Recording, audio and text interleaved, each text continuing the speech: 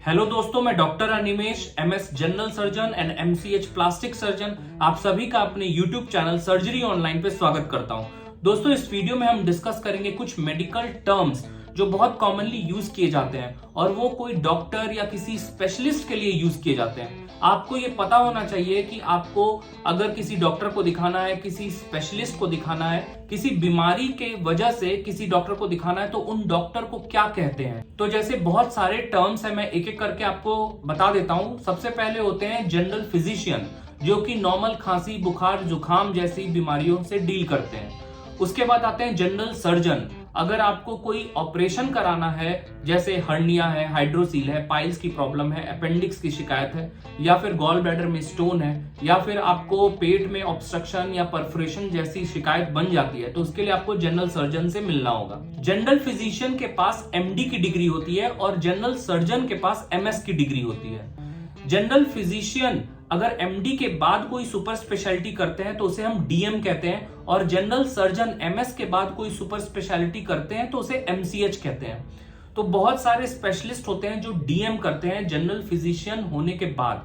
तो उनमें होता है एक नेफ्रोलॉजिस्ट होते हैं जो किडनी के डॉक्टर होते हैं, फिर न्यूरोलॉजिस्ट होते हैं जो ब्रेन के स्पेशलिस्ट होते हैं, फिर कार्डियोलॉजिस्ट होते हैं जो हार्ट के डॉक्टर होते हैं, फिर हिपैटोलॉजिस्ट होते हैं जो लिवर की बीमारियों को डील करते हैं, फिर गैस्ट्रोएंटरोलॉजिस्ट होते हैं जो कि पेट या इंटेस्टाइन की प्रॉब्लम से डील करते हैं, फिर हिमेटोलॉजिस्ट होते हैं जो खून की बीमारियों को देखते हैं, ऑन्कोलॉजिस्ट होते हैं जो कि कैंसर से रिलेटेड प्रॉब्लम्स को देखते हैं, रूमेटोलॉजिस्ट होते हैं जो जोड़ों में जो दर्द होता है उससे डील करते हैं। तो ये सारे जो डॉक्टर्स हैं, ये जनरल फिजिशियन बनने के बाद अगर वो डीएम करते हैं तो ये सारी स्पेशलाइजेशन होती है।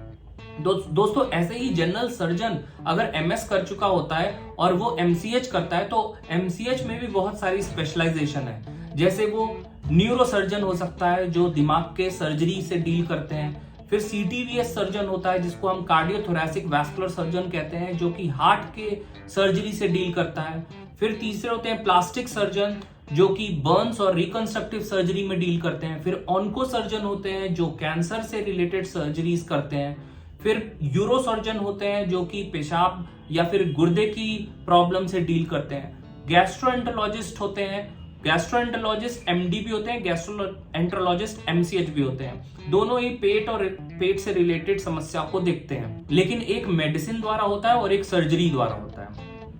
और एक पीडियाट्रिक सर्जन होते हैं जो कि बच्चों से रिलेटेड सर्जरी से डील करते हैं। दोस्तों, ये दोनों ब्रॉड स्पेशलिटीज हैं जिसके बारे में मैंने आपको बताया। इसके अलावा और भी ब्रांचेस हैं जैसे ऑब्स्टेट्रिशियन एंड गायनेकोलॉजिस्ट। ये फीमेल से रिलेटेड प्रॉब्लम्स को देखती हैं, उन्हें गायनेकोलॉजिस्ट कहते हैं, और डिलीवरी से रिलेटेड जो स्पेशलिस्ट होते हैं वो ऑब्स्टेट्रिशियन होते हैं। पीडियाट्रिशियन बच्चों की बीमारियों को देखते हैं, उन्हें कहते हैं।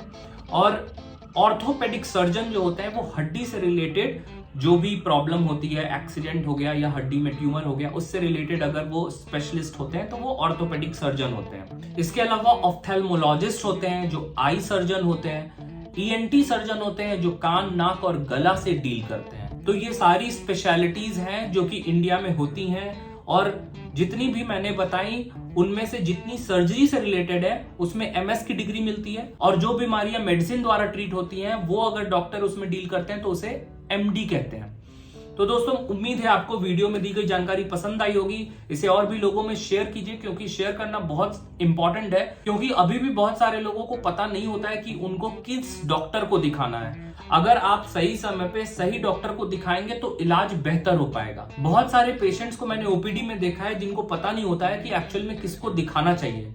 तो सही डॉक्टर को दिखाना बहुत जरूरी है। अगर आप किसी ऐसे डॉक्टर को दिखाते हैं जो उस बीमारी में स्पेशलाइज नहीं है तो आपको प्रॉब्लम बाद में हो सकती है। इसलिए ये जानना जरूरी है कि आपको बीमारी कौन सी है और आपको उस बीमारी के लिए कौन से डॉक्टर को दिखाना चाहिए।